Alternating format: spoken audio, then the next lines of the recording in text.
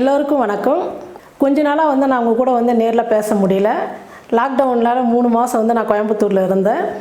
ஒரு வாரம் வீட்டில் போயிட்டு வீடெல்லாம் சுத்தம் பண்ணிட்டு வரலாம், 3 மாதம் ஆச்சுன்னு சொல்லிட்டு நாங்கள் சேலம் போயிட்டோம். ஒரு வாரம் உங்களோட நான் நேராக பேச முடியல. இன்றைக்கி தான் நம்ம சேலத்துலேருந்து கோயம்புத்தூர் வந்திருக்கேன். இப்போ நான் இனிமேல் தினமும் உங்களோட நேருக்கு நேர் பேச போகிறேன். சிக்கன் வச்சு ஒரு சூப்பரான மசால் குழம்பு செஞ்சுருக்கோம். இதில் என்ன ஸ்பெஷல்னு பார்த்தீங்கன்னா, சிக்கன் கூட பச்சை மொச்சக்கொட்டை போட்டு மசாலாலாம் அரைச்சி ஊற்றி நல்லா ஒரு சுவையான ஒரு குழம்பு செஞ்சுருக்கோம். இந்த சிக்கன் மசால் குழம்பு எப்படி செய்யுதுன்னு பார்க்கலாம் வாங்க.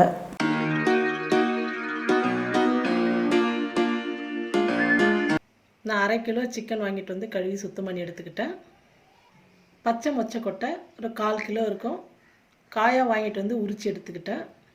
சிக்கன் மொச்சக்கொட்டை குழம்புக்கு எல்லாமே நம்ம மசால் வறுத்து தான் மிக்சியில் அரைச்சி செய்ய போகிறோம். அதுக்கு தேவையான பொருள் பாருங்கள். பூண்டு ஒரு 7 பல், இஞ்சி சின்ன சின்னதாக ஒரு 4 துண்டு எடுத்து வச்சுருக்கிறேன், இந்த மாதிரி கட் பண்ணி.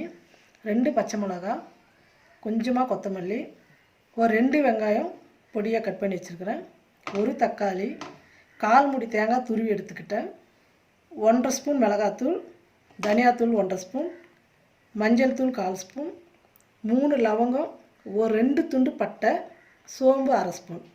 எல்லாமே நம்ம எண்ணெயில் வறுத்து மிக்சியில் போட்டு நைஸாக அரைச்சிக்கலாம். ஸ்டவ் பற்ற வச்சு கடாய் வச்சுட்டேன். கடாய் நல்லா சூடு ஏறிடுச்சு. ஒரு 3 ஸ்பூன் எண்ணெய் ஊற்றிக்கலாம்.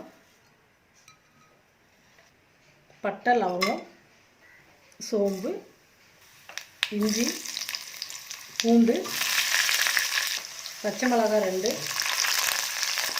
இது கூடவே வெங்காயம் போட்டுக்கலாம்.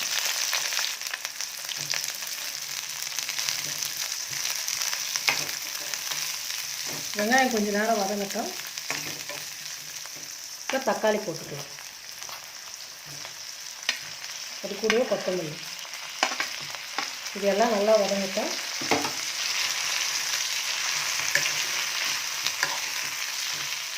வெங்காயம் தக்காளி எல்லாம் வதங்கிடுச்சு. இப்போ தேங்காய் போட்டுக்கலாம். மிளகாத்தூள், மஞ்சள் தூள், மல்லித்தூள் எல்லாம் போட்டதுக்கப்புறம் 1 நிமிஷம் நல்லா வதக்கிக்கணும். ஸ்டவ் கம்மியாக வச்சுடுங்க, இல்லைன்னா பொடியெல்லாம் போட்டதுனால அடி பிடிக்கும். மசாலாம் போட்டு நல்லா வதக்கிட்டோம். ஸ்டவ் ஆஃப் பண்ணிடலாம். சூடு நல்லா ஆறட்டும். மிக்சியில் போட்டால் நைஸாக அரைச்சிக்கலாம். சிக்கன் நம்ம வேக வச்சுக்கலாம். ஸ்டவ் பற்ற வச்சு குக்கர் வச்சுட்டேன். பாருங்கள், சிக்கன் போட்டுக்கிறேன். சிக்கன் வேக வச்சுக்கலாம். ஆனால் வேக வைக்கிறதுக்கு நம்ம தண்ணி விட வேணாம்.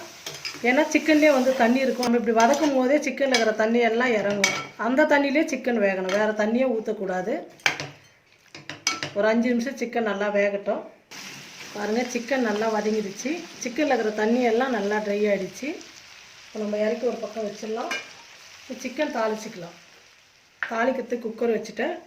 ஒரு 3 ஸ்பூன் எண்ணெய் ஊற்றிக்கலாம். நம்ம ஏற்கனவே மசாலா எண்ணெயில் தான் நல்லா வறுத்து அரைச்சிருக்கிறோம், அதனால் அதிகமாக எண்ணெய் வேண்டாம். எண்ணெய் காஞ்சிடுச்சு. நான் குழம்பு தாளிக்கிறதுக்கு ஒரு வெங்காயம் பொடியாக கட் பண்ணி வச்சுருக்கிறேன், அந்த வெங்காயம் போட்டுக்கலாம்.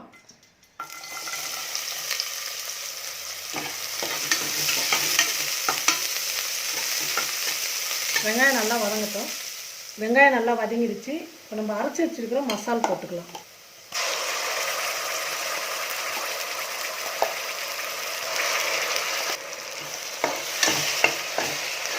மசால் போட்டதுக்கப்புறம் ஒரு 2 நிமிஷம் நல்லா வதங்கணும்.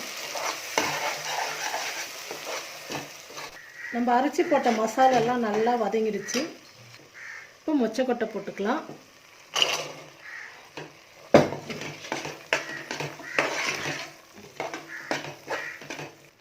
நம்ம வேக வச்சிருக்கிற சிக்கனும் போட்டுக்கலாம்.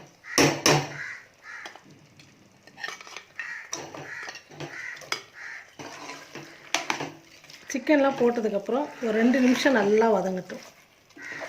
ஸ்டவ் கம்மியாக வச்சுடுங்க. ஃபுல்லாக வச்சிங்கன்னா அந்த மசாலாலாம் அடி பிடிச்சிக்கும். ஒரு 2 நிமிஷம் நல்லா வதங்கட்டும்.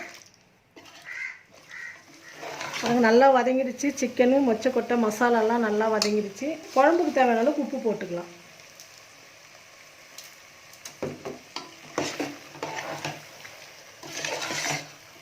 இந்த குழம்பு பெங்களூர் பக்கம்லாம் ரொம்ப ஸ்பெஷலு. மொச்சக்கொட்டை காலம் இந்த மாதிரி சமயத்தில் எங்கே பாரு வெறும் மொச்சக்கொட்டை தான். எல்லாம் சிக்கன் போட்டு விற்பாங்க, காய் போட்டு விற்பாங்க.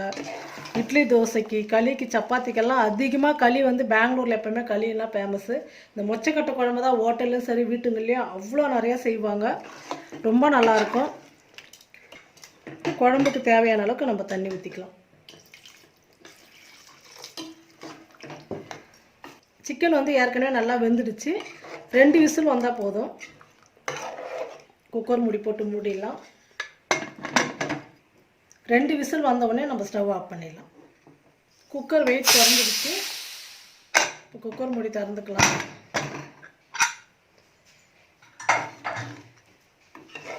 ரொம்ப நல்லாயிருக்கும். சப்பாத்திக்கு தோசைக்கு இட்லிக்கெல்லாம் சாப்பிட்றதுக்கு அவ்வளோ நல்லாயிருக்கும்.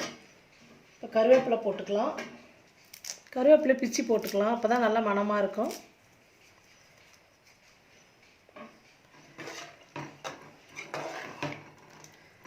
சிக்கன் மொச்சக்கொட்டை மசால் குழம்பு ரெடி ஆகிடுச்சு.